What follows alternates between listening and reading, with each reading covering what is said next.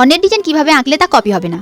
High, আজকে দেখাবো আমার জীবনে ঘটা এক অবাক করা অর্ডার, যেটা মাত্র 24 ঘন্টায় ডেলিভারি হয়েছিল। ইনস্টা থেকে একজন বোনও অর্ডার করে এবং জানায় তোমার পছন্দ মতো একদম সিম্পলের উপর একটু ফ্যান্সি ডিজাইন করে দিও। তারপর অন্যজনের একটা ডিজাইন করা পাঞ্জাবির ছবি পাঠায়, কপি করার জন্য নয়, জাস্ট আমায় প্যাটার্নটা বোঝানোর জন্য। তখন আমি আমার একদম সিম্পল ওয়ার্কের ওই প্যাটার্নের কিছু ছবি পাঠাই, আর সেখান থেকে ফাইনাল করে সে ডিজাইন। আমার যেহেতু এত সিম্পল ওয়ার্কের ডিজাইন হাতে গোনা কয়টা আছে, তাই নতুন ডিজাইন করার এই সুযোগটা আমি কিছুতেই হাতছাড়া করতে চাইনি। দেখো, আমাদের কাছে সাধারণত কমজন আসে যারা নতুন কিছু ডিজাইন বানিয়ে দিতে বলে, না হলে বেশিরভাগ জন হয় আমার কোনো ডিজাইন নিয়ে আসে কপি করার জন্য, কিংবা অন্য জনের কোনো ডিজাইন নিয়ে এসে কপি করে দিতে বলে। সেক্ষেত্রে আমি বলি কপি ডিজাইন করি না, বাট ওই প্যাটার্নটা যদি কমন প্যাটার্ন হয়, কলকাগুলো আমি আমার মতো চেঞ্জ করে বানিয়ে দিই। আমি একটা কথা বারবার বলছি, সেটা হলো প্যাটার্ন। সেইগুলো হলো এইগুলো। এই পৃথিবীতে পাঞ্জাবি বানানোর কিছু কমন প্যাটার্ন আছে। এই সব প্যাটার্নে বিভিন্ন জন বিভিন্ন রকম ভাবে ডিজাইন বানিয়েছে, সে হাতে আঁকা হোক কিংবা সুতো দিয়ে স্টিচিং করা। এই প্যাটার্নগুলি ব্যক্তিগতভাবে কোনো জনের সম্পত্তি নয়, তাই যে কোনো জন করতেই পারে, শুধু এর মধ্যে ডিজাইনগুলো যে যার মতো থাকে। তাহলে কপি কাকে বলে? এই যে আমি যে ডিজাইনটা করছি, এটা যদি কোনো জন হুবহু যেখানে যা আছে তাই দিয়ে বানায়, তাকে কপি বলে। তাই তোমরা প্যাটার্ন থেকে তোমাদের মতো অবশ্যই কাজ করো, শুধু প্যাটার্নটা যেন কমন হয়। আর যারা বলছো তোমার সব ডিজাইন কপি, এটা মিথ্যে বলছো। সব ডিজাইন কপি নয়, আমার অনেক ডিজাইন আছে যেগুলো সম্পূর্ণ আমার, বাট অনেক কমন প্যাটার্ন আছে যেগুলো দেখলে মনে হয় কপি, বাট একটু ভালো করে লক্ষ্য করবে কলকাগুলো কিন্তু চেঞ্জ থাকে। কেবলমাত্র ক্লায়েন্টের কথা অনুযায়ী প্যাটার্নটাকে সেম রেখে আমি ডিজাইনগুলো চেঞ্জ করি।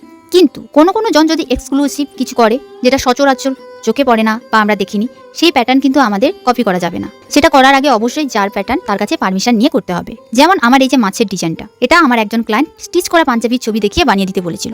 আমি তাতে এত মাথা খাটিয়ে প্ল্যান করে কোথায় কি কলকা দিলে ভালো লাগবে সেই মতো করে সাজালাম, তাও এই ডিজাইনটা কপিরাইটের মধ্যে পড়ে গেল। এই ছবিটা আর আমার বানানোর ডিজাইনটা আকাশ পাতাল পার্থক্য। মিল শুধু ওই যে প্যাটার্নটা, যেখানে শুধু 4টে মাছের আইডিয়া কপি করেছিলাম। এত কিছু করেও আমার সব পরিশ্রম বৃথা। তাই ভিন্ন নতুন ধরনের প্যাটার্ন দেখলে তাও করা যাবে না। তাই বলবো নিজের মতো কাজ করো, না হলে এত পরিশ্রম করার পরে শুনবে এটা কপিরাইটের মধ্যে পড়ে গিয়েছে, আর তখন যে কি কষ্ট হয় কি আর বলি। আর কাজ করব বললে শুধু হয় না, এই সম্বন্ধে অনেক কিছু আছে যেগুলো জেনে আমাদের মাথায় রেখে কাজ করতে হয়, কিন্তু ক্লায়েন্টরা বোঝে না।